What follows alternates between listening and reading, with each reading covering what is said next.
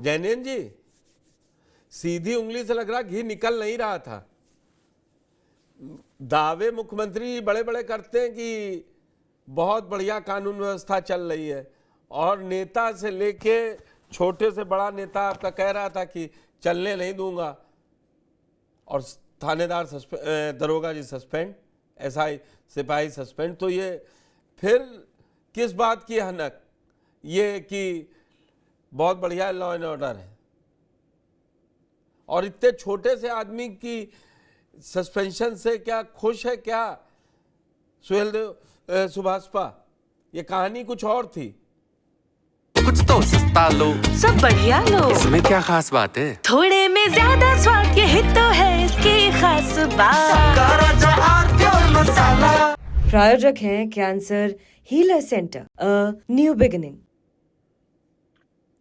उसका जी मैं दो चीजें स्पष्ट करना चाहूंगा। पहली चीज ये कि उत्तर प्रदेश के अंदर लगभग 1800 थानों में 3.5 लाख के आसपास या 3.25 लाख के आसपास पुलिसकर्मी तैनात हैं, और कहीं ना कहीं उनमें से कुछ 50 या 100 लोग ऐसे हैं जो माननीय योगी जी की जो प्रतिष्ठा है उस पर चूना लगाने का काम कर रहे हैं।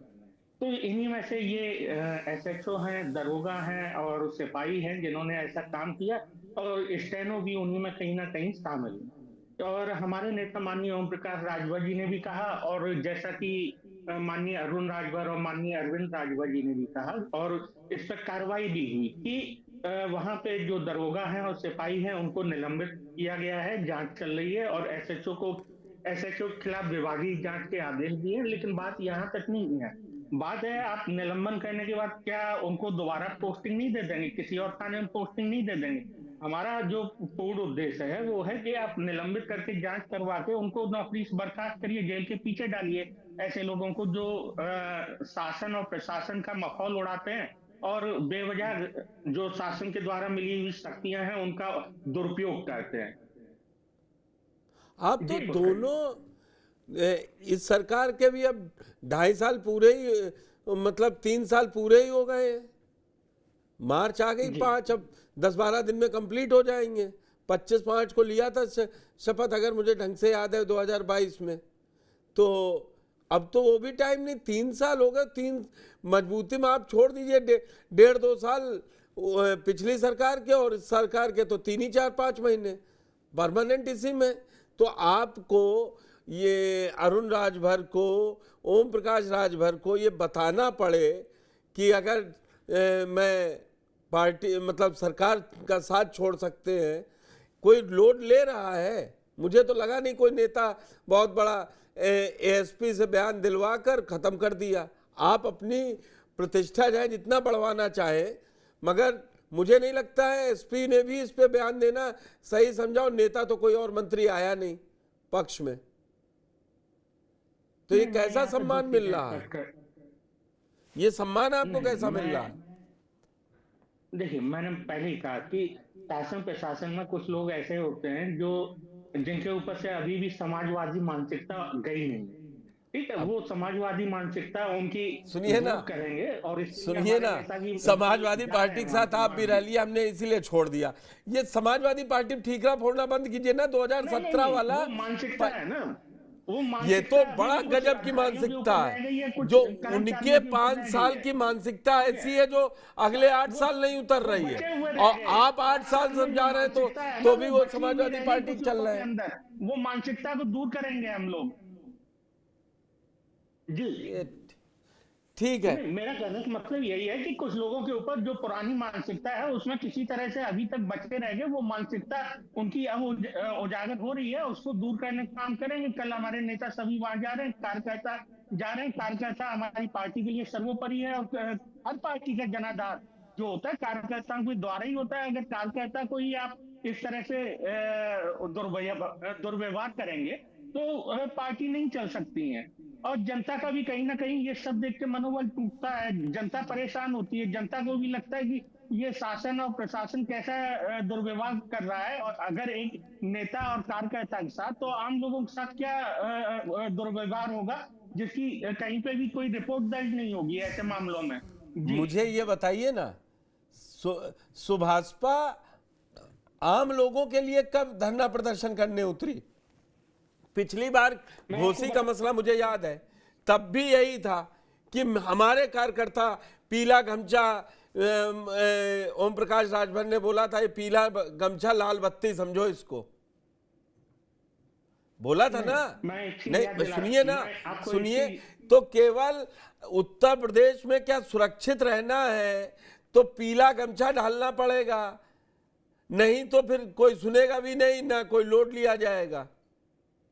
ये तो अच्छी बात है अगर ज्यादा से ज्यादा लोग पीला गमछा डाल के निकले और पुलिस प्रशासन पर कार्रवाई ना करे, आप कह रहे हैं तो। नहीं, हम थोड़ी आपके नेता ने कहा, मैंने नहीं कहा, और मैं कोई भी शब्द, अगर जनेन जी आप मेरे साथ कई बार जुड़े, मैं बिल्कुल स्पष्ट कर देता हूँ, मेरे नेता ने ये कहा था कि जो भी हमारे कार्यकर्ता है, जो भी हमारे पदाधिकारी है, सभी लोग पीला गमछा डाल के चले, और उसके अंदर जब भी आप शासन प्रशासन के यहाँ जाएंगे, किसी भी अधिकारी के यहाँ जाएंगे, उसको राजभर दिखाई देगा। तो वो तो गाड़ी चढ़ाए दे रहा है, की शक्ल दिखाई देगी। अगर आप लोगों के आरोप को सही माने, वो गाड़ी चढ़ाए दे रहा है, वो गाड़ी चढ़ाए दे रहा है स्टेनो। मैंने कहा ना कि जो मानसिकता समाजवादी पार्टी की मानसिकता रह गई है, उस मानसिकता को दूर कर मुझे लगता है धर्मेंद्र जी को मैं शामिल ही कर लूं। मैं सोच रहा था धर्मेंद्र जी से आज आखिरी में पूछूंगा, तीसरा स्टेनो बचा हुआ है।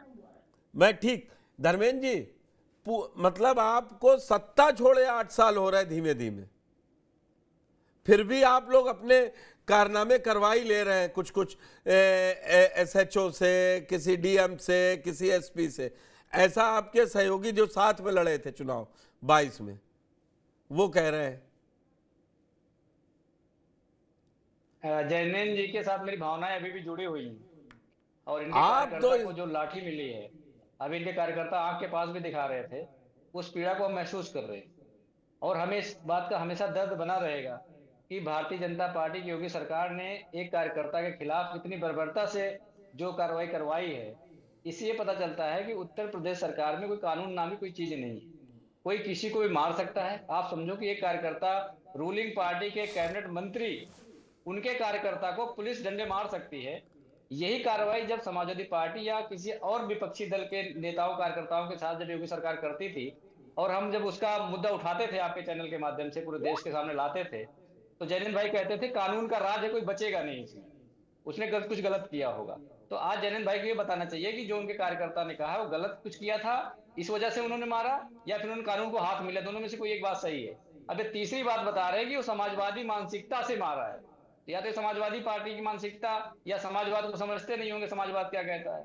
इनके जो नेता कहते हैं नहीं, वो कह रहे हैं समाजवादी पार्टी की जो विचार है उसको रखे हुए, आप सुन ही रहे होंगे, मैं बार बार क्या बीच में टोकूं आपको। वही मैं कह रहा हूँ ना, विचार को गाली देना सबसे आसान काम है पुष्कर जी। मैं भी गाली दे सकता हूँ कि सुभाषपा की विचारधारा इतनी गलत है कि अपने कार्यकर्ता का संरक्षण भी नहीं कर पा रही है, और जब लाठी खा रही है तो उसका ठीकरा किसी और पे फोड़ दे रही है। तो आप अपने कार्यकर्ताओं को संरक्षित करने में अक्षम है। क्यों? क्योंकि आप कुछ अपने निजी फायदे की बात सोच रहे हैं, और आप सरकार के विरोध में आ नहीं सकते, आप सरकार के विरोध में बोल नहीं सकते। जिस कार्यकर्ता को आप बार बार दिखा रहे हैं आंख के नीचे, उसका दर्द मैं समझ पा रहा हूँ, हाथ की उंगलियों के नीचे मारा गया है उसको। अब वो जो दरअसल पीड़ा होगी वो कार्यकर्ता खुद जानता होगा। दूसरी बात मैं कहना चाह रहा हूँ कि जो ओम प्रकाश राजभर जी कह रहे थे कि पीला गमछा डाल के जाइएगा, उसको लाल बत्ती समझिए, तो मुझे लगता है कि आज ये घोषणा नहीं कर देनी चाहिए इनको, उस पीले गमछे को आप हल्दी समझिए। अगर आप कोई लाठी मार दे तो पीला गमछा डाल दीजिए, तो हल्दी कहाँ करेगा तो पता नहीं चलेगी, क्योंकि मलाई की जो परत है बहुत मोटी हो चुकी है, और उस मलाई की परत में इनको समाजवादी भी दुश्मन नजर आएगी, इनको दूसरी पार्टियां भी दुश्मन नजर आएगी, लेकिन जो इनका असली दुश्मन है उसके बारे में हो सकता है ऊपर से ना बोलने के निर्देश भी हुए हों। जैसे आपने कहा कि एसपी ने आगे बयान दे दिया, एसपी ने बयान देना जरूरी भी नहीं समझा। एक कैबिनेट मंत्री के प्रेस कॉन्फ्रेंस जो सामने है, धर्मेंद्र जी, मैं इंस्टिगेट नहीं कर रहा हूं, मैं ईमानदारी से जो तथ्य है वो रख रहा हूं। आप बताइए किसने बयान दिया? एसपी बलिया ने बयान दिया क्या? मुझे जैनेन जी बता दें। वही मैं करूं, नहीं दिया ना आप वही पुष्कर जी, मैं आप जो है, आपकी रेशनैलिटी जिस तरह से होती है किसी डिबेट की, मैं उसका हमेशा सम्मान करता हूं। कायदे से एसपी को बयान देना चाहिए था कि हमारे से गलती हुई या फिर बात क्या है। अगर मान लो कार्यकर्ता ने कोई गलत किया है तो उसको पब्लिक डोमेन में आप लाइए कि हमने इस वजह से मारा। आपको याद होगा, मैं बार बार कहता हूं कि जब भी सत्ता निरंकुश हो जाएगी तो सत्ता का जो कानून व्यवस्था ध्वस्त हो जाएगा। इससे ना जैनेन्द्र जी अछूते रहेंगे ना हम अछूते रहेंगे। आपको याद होगा राकेश त्रिपाठी भारतीय जनता पार्टी के प्रवक्ता है, उनकी गाड़ी की जो चेकिंग हुई थी, उन्होंने आरोप लगाया था कि मेरे परिवार के साथ अभद्रता की है उत्तर प्रदेश की योगी सरकार की पुलिस। ये रूलिंग पार्टी के प्रवक्ता है, आज की डेट में प्रवक्ता है वो जब आरोप लगाते हैं तो इससे पता चलता है कि उत्तर प्रदेश में कानून का राज पूरी तरह से खत्म हो गया है, पुलिसिया राज एक नया राज आ गया है। उसमें भी एक खास तरह के लोग हैं जो योगी जी का संरक्षण जिनको मिला हुआ है, उनको लोकल विधायक से कोई लेना देना नहीं है, जो जिले की राजनीति है उससे कोई लेना देना नहीं है, जिले के जो और अधिकारी उनसे भी कोई लेना देना नहीं है।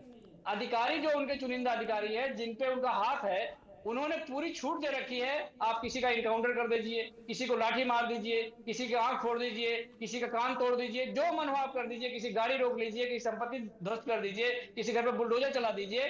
तो बिल्कुल अंधा कानून अपने चरम पर है। ये बात अलग है कि हमारे सहयोगी रहे हैं जैनेन्द्र भाई, अब वो अंधा कानून इनके ऊपर चल गया है। तो फिर भी मैं आज भी संवेदना व्यक्त करता हूँ, और अगर जब भी मेरी जरूरत हो जैनेन्द्र भाई, आप याद करना सुभाषपा के जो कार्यकर्ता का संरक्षण है, अगर आप लोग नहीं कर पाएंगे तो हम भी करने का काम करेंगे, क्योंकि ये देश न्याय से चलेगा, हमें न्याय के लिए जैनेन्द्र जी, खड़े होना पड़ेगा। आप अपने निजी स्वार्थों को पीछे छोड़ दीजिए थोड़ी देर के लिए। जैनेन्द्र जी जल्दी से धर्मेंद्र जी कुछ कह रहे हैं बता दीजिए, फिर मैं आलोक पांडे जी के पास जाऊंगा।